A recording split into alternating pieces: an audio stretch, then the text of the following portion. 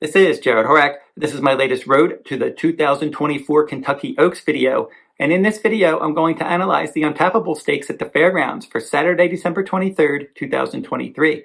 I've covered 8 races on the Road to the Oaks, and my top choices have 2 wins, 2 seconds, and a show finish. I'll also be covering all of the points races on the Road to the Kentucky Derby, and you can check all of those out on my YouTube channel. And the Gun Runner Stakes is the next Road to the Kentucky Derby video that I'm going to be doing. And that's also for Saturday, December 23rd at the Fairgrounds. So check out my YouTube channel later this week. I'm going to be posting that video. And if you're interested in reading my Kentucky Oaks and Kentucky Derby 2024 reports, head on over to todaysracingdigest.com. And when you go over to the digest at the top on their homepage, you're going to see a Kentucky Derby tab. Click on that tab. It will take you over to the Digest Derby page. And there you will be able to read all of my Kentucky Derby and Kentucky Oaks articles. I recently posted my first Kentucky Oaks report where I went through and I recapped all of the points races, updated the point standings, and gave out my top 5 Kentucky Oaks fillies. And for the Road to the Kentucky Derby, I did the same thing, went through and recapped the points races, updated the point standings, and gave out my exceptional 11 Kentucky Derby contenders. I will keep updating those blogs as the points races continue to be run. So go over to Today's Racing Digest on their Kentucky Derby page to check out all of that. And the past performances in this video are provided by todaysracingdigest.com. And don't forget to like, subscribe, and comment if you like this horse racing content. And now we will get into the analysis of the Untapable Stakes, and it will go as the 9th race at Fairgrounds for Saturday, December 23rd. $100,000 purse for this race for 2-year-old fillies, 1 mile, 70 yards on the main track. Scheduled post time is 5 o'clock p.m. Eastern. Now we'll pull up the field, and we have a 6-horse field in here, and this race seems to be lacking front-end speed. We have Alpine Princess, one of 2 Brad Cox trainees, breaking from the inside post with Florent Giroux aboard. Band of Gold, one of 2 Kenny McPeak trainees, and Brian Hernandez Jr. is aboard this filly. And then for Sistina Chapel for McPeak, we have Corey Lannery aboard. Fibber is number 4 with trainer Brett Calhoun. Mitchell Murrell is the rider. Legadema for trainer Phil Bauer could be the one to catch in here with Martin Garcia in the irons. And then we have West Omaha, the 2nd Brad Cox trainee.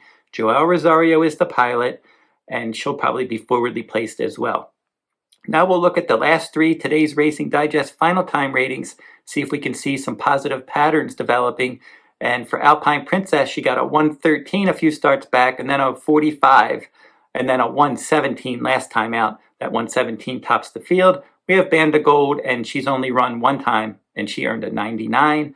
Sistina Chapel had a 104, a 99, and then a 111 last time out. Fibber, she had a 120 a few starts back, and then back-to-back 105s. Legadema's only run once, and she got a 102 final time rating. And then West Omaha, a 102 in the debut. She improved to a 111 second time out. Now we'll go through the field and see if we can find any more angles before I give out my top choice. And breaking from the inside post in here, Alpine Princess. And this is a $190,000 daughter of Classic Empire. And she's won a couple starts. She won second time out when she went from 6 furlongs to 7 furlongs at Saratoga, and she got up by a head. They tried her in the Grade 1 Alcibiades. She was 7th, beaten 28 lengths. She was fractious. She was wide. You can toss that race out. And then she bounced back with a victory last time out over Sistina Chapel. She's also facing that filly again today. And from the inside post, she stalked the pace. She got the lead, and she pulled clear and won by 2 lengths. That was a good effort. I think she's going to set a similar trip in here. I think she's going to try to stalk the pace, save some ground, and then try to pounce on the leaders in the stretch. Band of Gold probably will try to get involved from off the pace, and she's going to stretch out around 2 turns. Her debut was originally scheduled for turf, run at 1 mile around 1 turn on the main track at Churchill on November 25th. And in that race, she sat in mid-pack in a 10-horse field from post 9, and then she was able to get up and win by a nose. Good effort there. She took money. And now she could go better in this race, but she's definitely going to have to go better against these stakes horses. Sistina Chapel, she's finished in the exacta in all 4 starts with a win and 3 seconds. And this daughter of Liam's Map missed by a nose in her turf route debut. That was at Ellis Park in August. And then September, she tried another turf route at Kentucky Downs. She was second there as well. They moved her to the main track, mile and a 16th at Churchill Downs on November 11th. She stalked. She opened up by 2.5 lengths. Then she held on by a half length in that race. And then her last start, race originally scheduled for the turf, run on the main track, Alpine Princess was able to defeat her there. She was right with that filly in the stretch. They were head and head, but then Sistina Chapel could not go with Alpine Princess in the late going, and she was clearly second best. Third start after a layoff, probably stalking the pace. Fibber is the daughter of Frosted. They paid $55,000 for her, and she's run well in all 4 starts. 2 wins and 2 show finishes. They were all sprint races. 5.5 furlong debut. She won that one at Ellis Park. 6.5 furlong second time out. She won that one from off the pace. And then in her last 2 stakes starts, the Myrtlewood at Keeneland, she rallied to finish third. She was beaten 8 lengths. The Fern Creek at Churchill Downs at 6.5 furlong. She was third, beaten 7 lengths. So now she's going to stretch out in distance and try to get involved from off the pace. And as I said earlier, this race doesn't seem to have a ton of pace. And Legadema, number 5, looks like the one to catch. $590,000, daughter of Arrogant. So this one is bred to handle longer distances.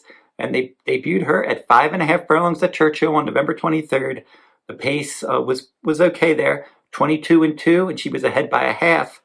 At the half-mile mark, the fraction 45-4, and she was ahead by just ahead there.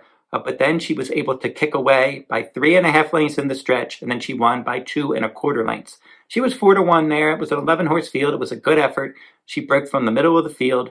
And in this race, look for Martine Garcia to try to put her on the lead. And then West Omaha rounds out the field. This is the daughter of West Coast. Medaglia d'Oro is the dam sire. She's certainly bred to handle longer distances, and she has a good experience edge over her possible main pace rival, Legadema, because that one only ran once at 5.5 furlongs.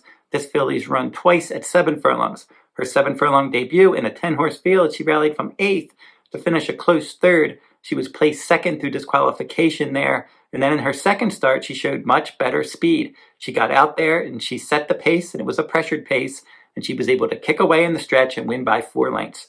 Good effort, and now 2 7-furlong races under her belt. She's going to stretch out around 2 turns, and Joel Rosario is her new pilot.